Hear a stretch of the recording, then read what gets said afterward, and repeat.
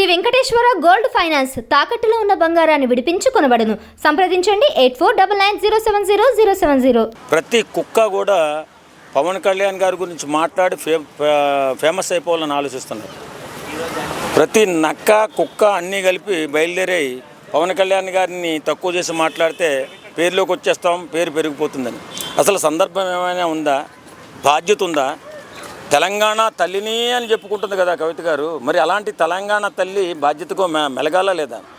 ఏదైనా మాట్లాడితే తెలంగాణలో ఉన్న యువత భవిష్యత్తు కోసం మాట్లాడాలా, లేకపోతే తెలంగాణ రాష్ట్రంలో ఉన్నటువంటి ఎన్నో ఈ కాంగ్రెస్ ప్రభుత్వం ఇచ్చినటువంటి 6 గ్యారెంటీలు ఏమైనా అమలవుతున్నాయా? ప్రజలకు ఏమన్నా అన్యాయం జరుగుతుందా? ప్రజలు బాగున్నారా? వాళ్ళ బాగోగులేంటి? వాళ్ళ స్థితిగతులు ఏంటి?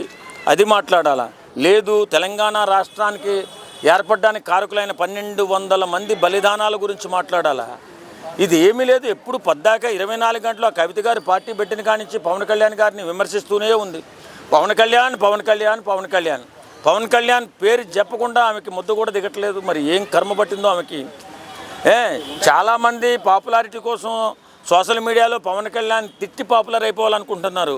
వాళ్ళని చూసి నేర్చుకుందా, లేకపోతే అజ్ఞానంతో మాట్లాడుతుందా కవిత? నాకైతే అర్థం కావట్లేదు. కానీ ఏదేమైనా బాధ్యత గల రాజకీయాలలో ఉన్నప్పుడు చక్కగా మాట్లాడాలి. జనాలు ఇబ్బంది పడేటట్టు మాట్లాడకూడదు. సంస్కారంతో మాట్లాడాలా, మానవత్వంతో మాట్లాడాలా. చేతనైతే సాయం చేయాలా, లేకపోతే ఇంటికాడ పడుకోవాలా. సంపాదించిన డబ్బులు ఉన్నాయి కదా. నేనేమంటాను, కవిత గారు ఆమె దిల్సుఖ్నగర్లోనే ఎక్కడో బ్యూటీ పార్లర్ పెట్టిందట. నేను మధ్యకాలంలో ఒక వీడియో చూశాను. ఆ వీడియోలో కూడా నేను ఏదో ఒక డబ్బులు కట్టుకుంటున్నానండి, నా కష్టార్జితంతో కట్టుకుంటున్నాను ఈఎంఐలు అంది. ఈవేళ అంత 100 మంది 100 కుటుంబాలు ఉండేటటువంటి రాజభవంతి కట్టుకుంది, 100 ఎకరాల భూమి కొనుక్కుంది, పెద్ద పెద్ద ప్యాలెస్లు కట్టుకుంది. ఎక్కడి నుంచి వచ్చాయండి డబ్బులు? కనీసం ఎవరికైనా సరే ఉంది, అంత ఆ మాత్రం సంపాదించుకుంది. అది ఏ రకంగా సంపాదించిందో మనకైతే తెలియదు. కానీ ఆ వచ్చినటువంటి అమౌంట్లో ఉన్నటువంటి సంగ్రహించినటువంటి ఆ అమౌంట్లో ఎవరికైనా సాయం చేసిందా?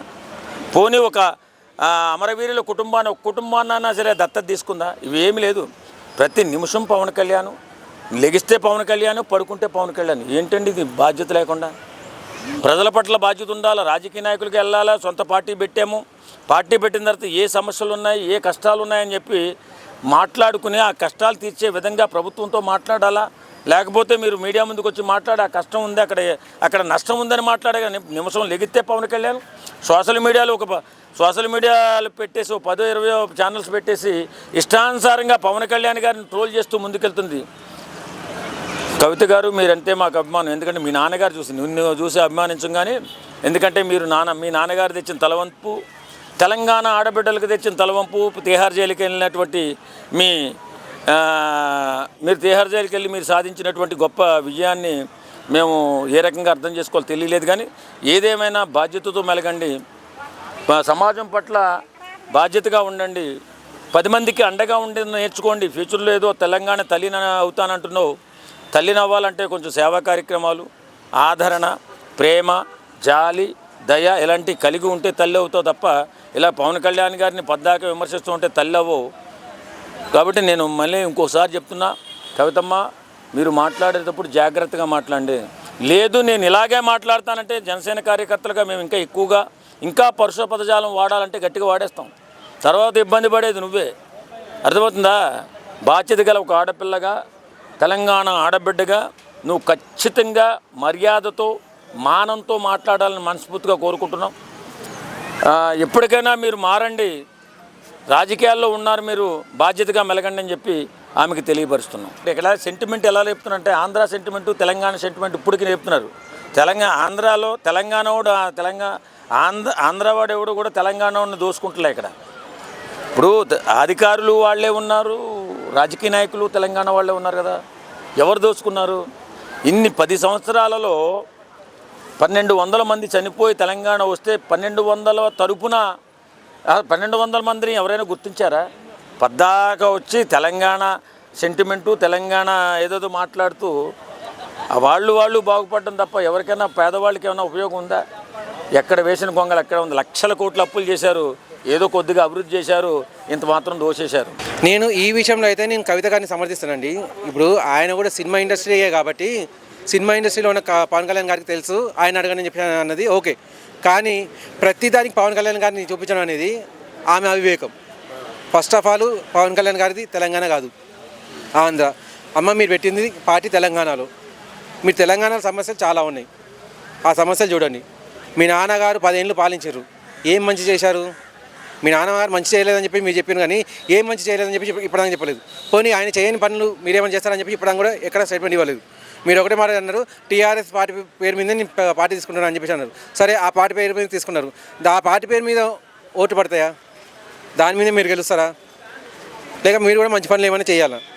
ఆ మాత్రం జ్ఞానం అయితే మీకు మాకైతే ఉంది కదా. మరి ఇప్పటిదాకా మీరు చేసిన మంచి ఏంటిది? మాట్లాడితే పవన్ కళ్యాణ్ పవన్ కళ్యాణ్ పవన్ కళ్యాణ్ అంటారు. ఆయన సొంత డబ్బుతోటి పథకాలు ఇస్తున్నాడు. పోనీ మీరు అటువంటిది ఏదైనా చేసిందా?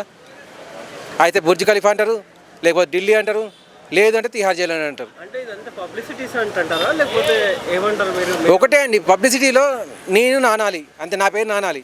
ఈమె గెలవాలని చెప్పి కూడా లేదు.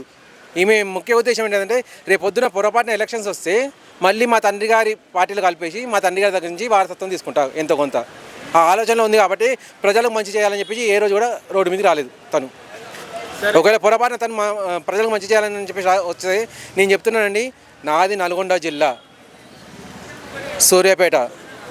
మాకు రాజశేఖర రెడ్డి గారు బతుకున్నప్పుడు కృష్ణా నీళ్ళు రావాలని చెప్పేసి కాలువలు తవ్వించారు. మీ నాన్నగారు వచ్చాక ఆ కాలువలోకి నీళ్లు రాకుండా చేశారు. దానివల్ల నష్టపోయింది మేము. ఆ నష్టం అనేది ఇప్పటిదాకా అటు కేసీఆర్ గారు కానీ, ఇటు కేటీఆర్ గారు కానీ, హరీష్ రావు గారు కానీ, ఇప్పుడు వచ్చిన రేవంత్ రెడ్డి గారు కానీ ఎవ్వరు కూడా చేయలేదు. సో మీరు మీ నాన్నకు అగెన్స్ట్గా పెట్టారని చెప్పి అంటారు. అగెన్స్ట్గా పెడితే అదిగో ఆ సమస్యలు లేవనెత్తండి.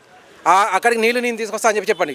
లేదంటే మా నల్గొండకు వచ్చి తిరగండి, ఇదిగో ఇక్కడ నీళ్ళు రావట్లేదు, ఈ నీళ్ళు రావట్లేదు అని చెప్పి చూపించండి. అప్పుడైనా మిమ్మల్ని నమ్ముతాం. లేదు మీరు పొరపాటున కూడా నీళ్ళు తెప్పించారనుకోండి, నల్గొండ మొత్తం మీకు ఒకటి చేసేటట్టు మేము మా వాళ్ళ కాలు పట్టుకుంటాం.